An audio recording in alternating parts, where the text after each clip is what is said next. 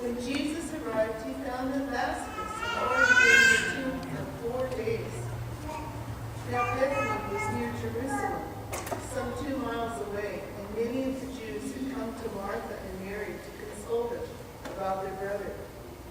When Martha heard that Jesus was coming, she went and met him, while Mary stayed at home.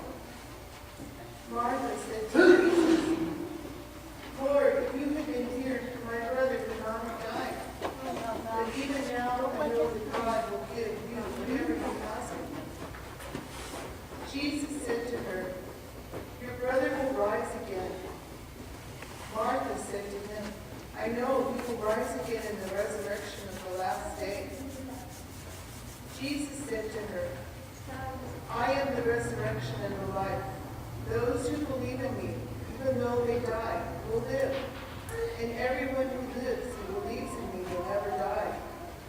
Do you believe this?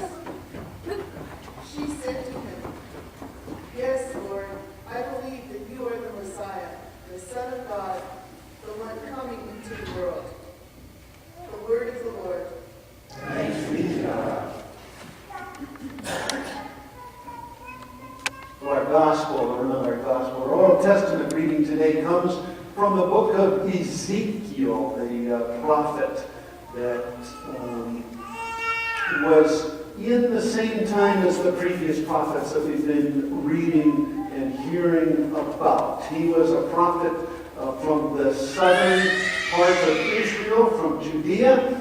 He was a prophet of God, one that had proved through his prophecies that he was indeed speaking, that God was indeed speaking through him. And Elijah was one of the ones that was taken off into exile, into Babylon. Remember, not everybody was taken into exile. Only the leaders, the generals, the kings and princes, some of the artisans and important people. But Ezekiel was also taken off to Babylon. And he was their prophet, their leader, their spiritual guidance there while they were in Babylon. And we're going to hear about bones. And bones are, whenever we hear of bones, especially in the Psalms, they are about lament. Every place that we hear about bones in the Psalms, it's a psalm that they're lamenting something. They're lamenting mostly the absence of God as they see it. In Psalm 6, we hear the psalmist say, my bones are shaking with terror. In Psalm 22, all of my bones are out of joint. In 31, my bones waste away. And in 102, my bones are like a furnace. All of these lament psalms talk about bones. And so we have the story in Ezekiel of the prophet having a vision. It says right there that it's a vision. So this one we don't have to wonder whether this was a true story or not. We're told that this was a dream. But more than a dream. When a prophet has a vision, it's I have no idea how it all happened, but they know that it's something more than just a dream. And Ezekiel has this vision from God. And he's told to pass this vision on to the people of Israel. And in this vision, he says, there I was, and the hand of the Lord came upon me, and the Spirit of the Lord brought me out to a valley. And I couldn't help but when I read this first part of it about the hand of the Lord coming upon me and bringing me out to the valley. You know those arcade machines with all the stuffed animals, and you work the handles and you grab one and pick it up. Well, that's apparently what the Holy Spirit did, was grab hold of Ezekiel and take him to this valley, the valley of dry bones. And in this valley, there were bones and bones and bones. So many bones that prophet couldn't count them. And the Spirit took the prophet Ezekiel on a tour of the valley. And he saw even more bones. There were more bones than anybody could imagine. And they were dry bones. They were chalk dry bones. They seemed to be, to him, if he just kicked them or tapped them a little bit, they would break apart. They were so dry, drenched by the sun for so many seasons. And he's wondering what he's doing there. Looking at all of these dry bones. And he hears the word of the Lord. Mortal, can these bones live? Well,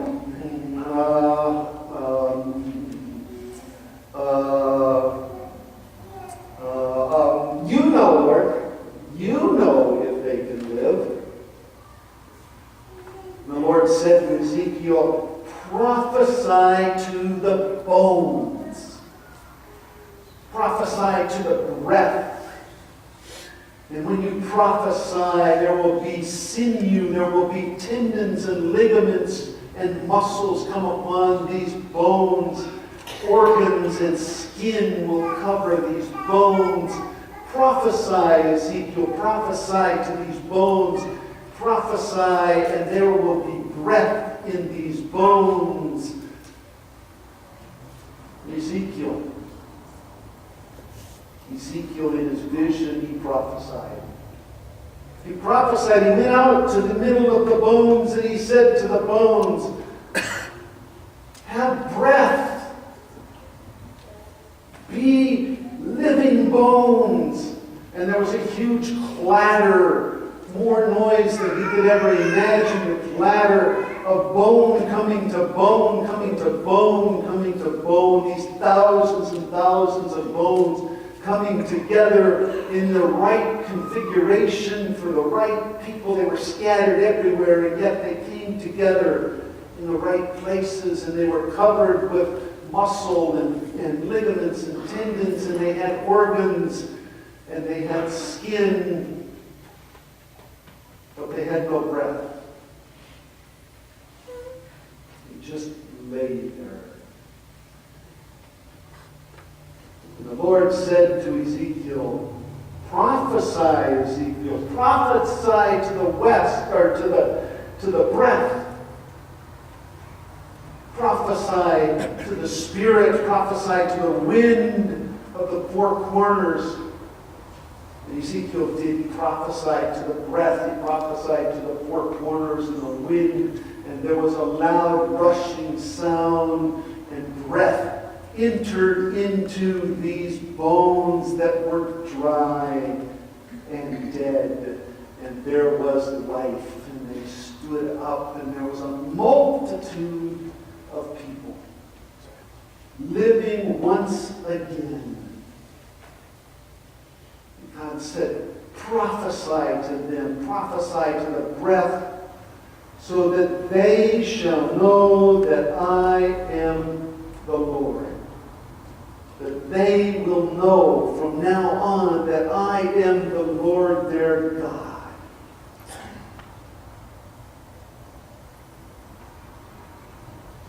That's the vision that we hear that Ezekiel had from God. Quite a picture, isn't it? Now let's try to put ourselves as best we can in the position of the people that first heard this vision, that first heard this prophecy from the prophet Ezekiel. They had been carried away by King Nebuchadnezzar and his army to a far-off land. And we heard from Amos several weeks ago that God was not pleased with their worship practices, that they had forgotten the meaning of what God was all about, and their worship practices were just plain empty. And God said, I despise your worship. I don't want to hear your songs. I don't want to smell your sacrifices. You got to get yourself straight, or trouble is coming. We heard that from Amos. And then trouble came, and they were carried off to Babylon. At least some of them to start were carried off to Babylon. And we heard from the prophet Jeremiah, writing a letter to those who had been taken into exile, saying, don't listen to the prophets that are prophesying to you good news. Don't listen to those that say this is going to be a short time that you are there in Babylon. The prophet Jeremiah says, no, God has given me a vision that you shall be there a long time. And so you're there, make homes for yourself. Make yourself a part of the community. Be a part of life there. Pray for your neighbors. Pray for your new community. Have babies. Get married. Not in that order. Get married. Have babies. Give your daughters to be married. Give your sons to be married.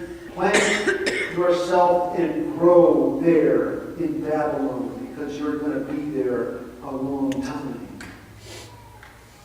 And while we were there last week, we heard the story of King Nebuchadnezzar building this 90-foot tall statue and making everybody bow down to it. To give up their faith, to give up following that first commandment of having no gods before me. But Shadrach, Meshach, and Abednego said, no, we won't bow down to your God. We have one God, the God of all creation, the creator of all that we see and all that we are and all that we do and all that you are and do. And they were thrown in the furnace that makes iron 2,800 degrees, and it was hotter than that day. And they lived. We heard that story last week of the angel coming and being with them in the furnace. So these people, how can we put ourselves in their shoes? Everything has been taken away from them. Their home, most of them, their families, at least their loved ones still back in the Jerusalem area. They're forced to do work that they weren't prepared to do. They're in a land that's not their own. And they hear this story from Ezekiel. The story of the dry bones coming to life. So here's the participatory part.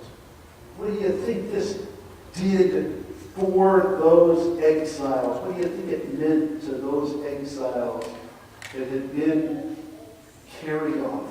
They'd been there quite a while. What do you think this did for them? Gave them hope. How did it give them hope? For restoration. Of restoration, okay? Even of resurrection. We can look at this as a resurrection story. Resurrection and restoration are two different things, but we can look at this as a resurrection story of life, of new life. When Jesus raised Lazarus from the dead, right before that, his sister Martha said, I know that you are the Messiah, and that at the end of time, Lazarus will be brought to life like everybody else. Jesus says, maybe you need to recall that story of the bones, the dry bones coming to life now. He says, for I am the resurrection and the life.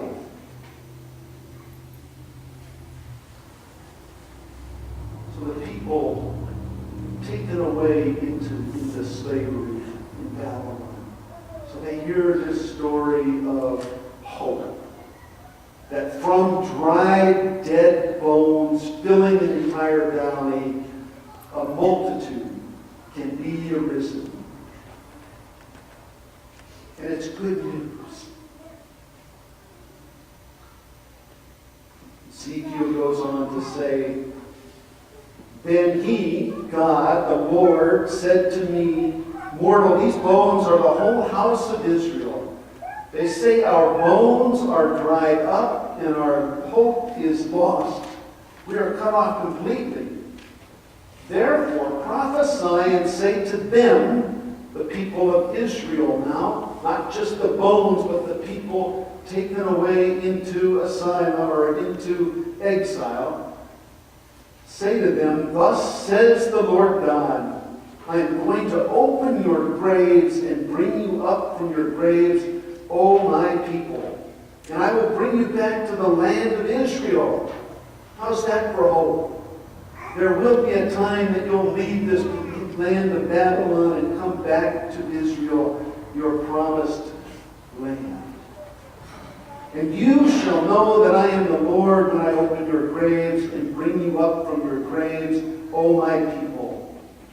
I will put my spirit within you, and you shall live. And I will place you on your own soil. Then you shall know that I, the Lord, have spoken and will act, says the Lord. You know, I often talk about how these old stories have meaning for their own day. And this one was certainly a story of hope for those folks in that day. And how with those same words, these same living words, God can speak to us in our own day through these same living words. What can these words, what can this story of the bones say to us as the church as a whole across the world, as the evangelical Lutheran Church in America, as Lancaster Church of the Master, Lutheran Church of the Master? What can these words, this story of dried bones, what can it say to us?